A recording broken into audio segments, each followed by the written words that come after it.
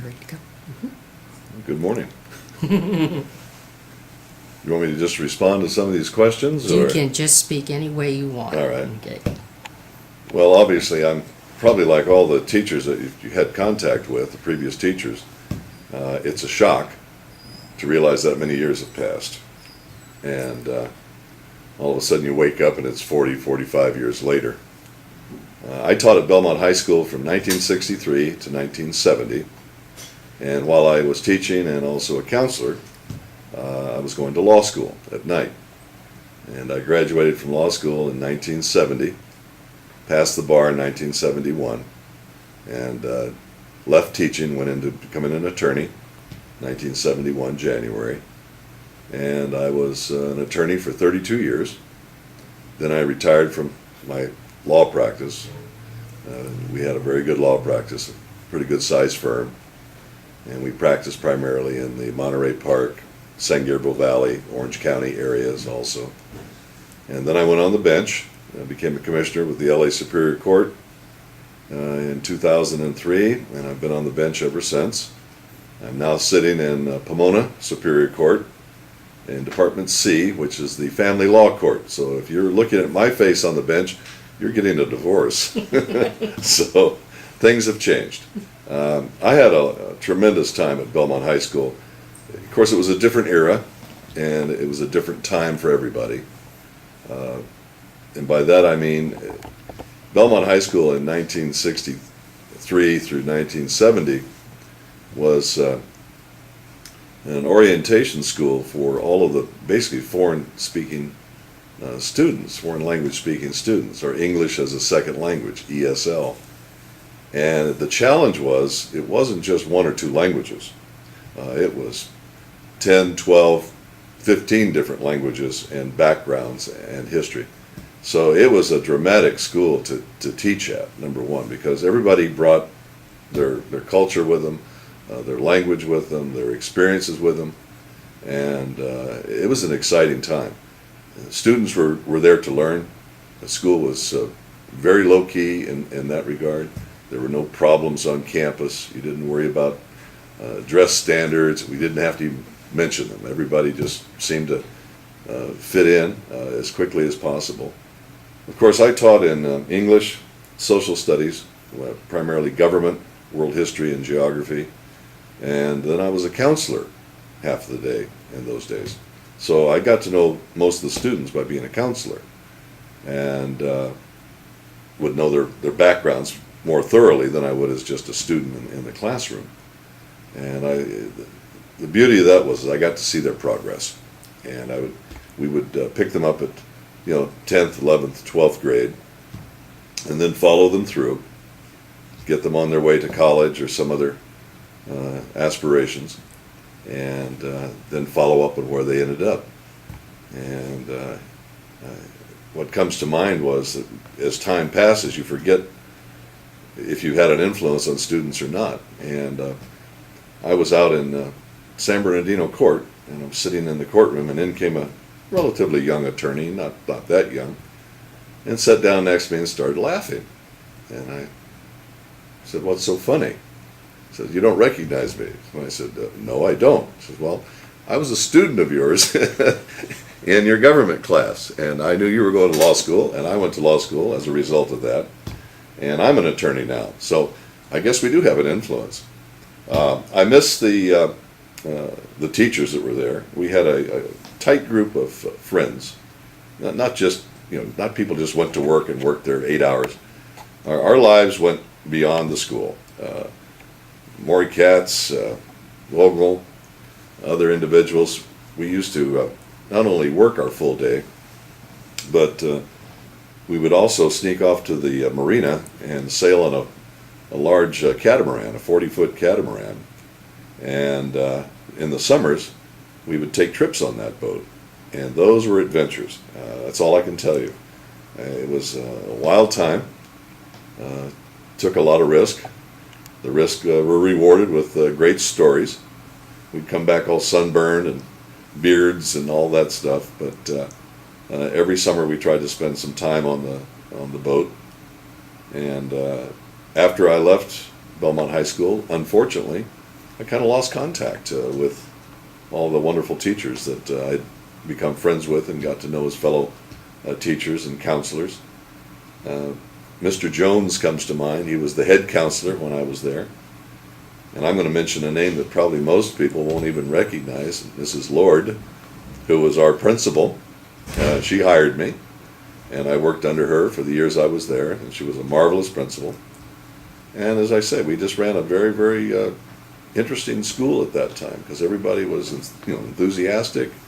They had school plays. They had great activities in the sports area, the football games and the football teams, the gymnastics team, the basketball. Weren't the greatest basketball teams in the world, but we were okay. Are you saying that for Tom Arima's benefit? That's for Tom. That's for his. Yeah, he worked his heart out, and he was a fine coach, and everybody worked at the same goal. And we had tremendous student participation. I mean, everybody would turn out for these events. They were always well attended. I mean, you didn't worry about a crowd showing up. And they used to have I don't know what the policy is now, but they used to allow the seniors to go out on the front lawn, and they would wander around the school during lunchtime. So it was a very open campus, but no one, ditched or cut out. They didn't have to. And we didn't have any problems with, discipline or that sort of thing. I never had a problem. In all the years I was there, I never had a discipline problem. So that tells you something. And I was young. I was very young. You got to remember, I started in 1963. That would have made me 21 years old. And I was there until I was, 67. I'd be 25 with your class. So teachers were younger then. We had our degrees then, earlier. Everybody pushed themselves earlier. And so the whole effect was that usually it was part of your career to continue going to school.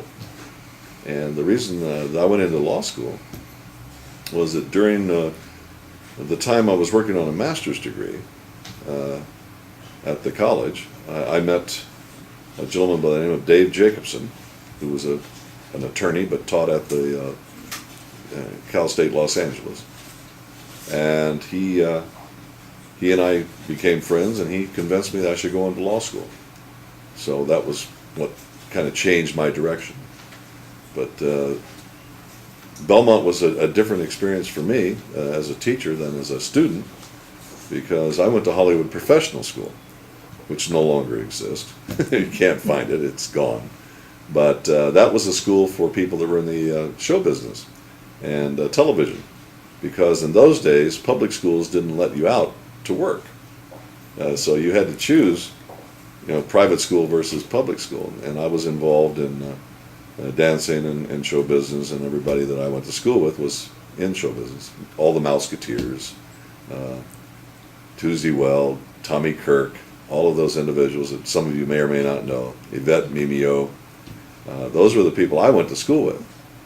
But then when I went through college and got my teaching degree, I did some student teaching at Belmont, and I loved it so much because of all the variety of backgrounds on the people and their what they brought to the classroom, that I asked Mrs. Lord to hire me.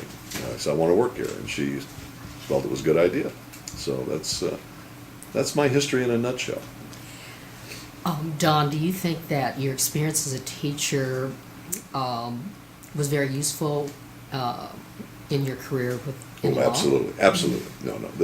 In fact, the practice of law and sitting on the bench is very much like teaching. It's very similar. Yes, all of that carried over. No, it was a good foundation for what I chose to do with the rest of my life. Yeah. Mm-hmm. If you can pick a fond memory of Belmont, what would that be? Fond moment. My first graduating class that I was the counselor for, that went through their senior year and graduated. And I got to stand up with them, for the photograph. Yeah, that was... Which class was that? 1965, I believe. Okay. So that was right at the beginning. Mm-hmm. So that was quite an accomplishment. Mm-hmm. And then, of course, we would rotate. Each counselor would rotate on their students they would get for counseling. We each had, I think, approximately, in those days it was a lighter load. I understand today it's much, much different. I don't think I could function in today's high school teaching situation or counseling. But I think I had 150 students that I had to counsel. And I think now it's like 300 or 350 for a counselor. So times have changed. Yeah. You know, both Stan Bogle and Maury Katz both have said that they never had any problems with Belmont students. I agree. And it was a different time. It was a different time. And Stan said, you know, actually students help open the door for me, which I don't think you see that often today. Courteous, well-behaved. I'm not talking about corny. I'm not talking about, overdoing it. It was just a way of life. It was just, as I say, it had to be a different era because the community was different. We go down to, Tommy's hamburger stand. They all knew we were teachers. And they would say, let them up here. They're in a hurry. They got to get back to school. So they'd let us cut in the line to get our hamburgers so we could go back to Belmont. Oh, it was wonderful. Oh, yeah. It was a different time, as I say. And, Maury taught there for close to 40 years. Right. Well, he was a career teacher. Yeah. And he had substituted during that time, too, and had said, when I got back to Belmont, I always appreciated the students there when I got back there. Right. Yeah. And it was amazing. You would think the language barrier would have been a problem. It really wasn't. It was more of a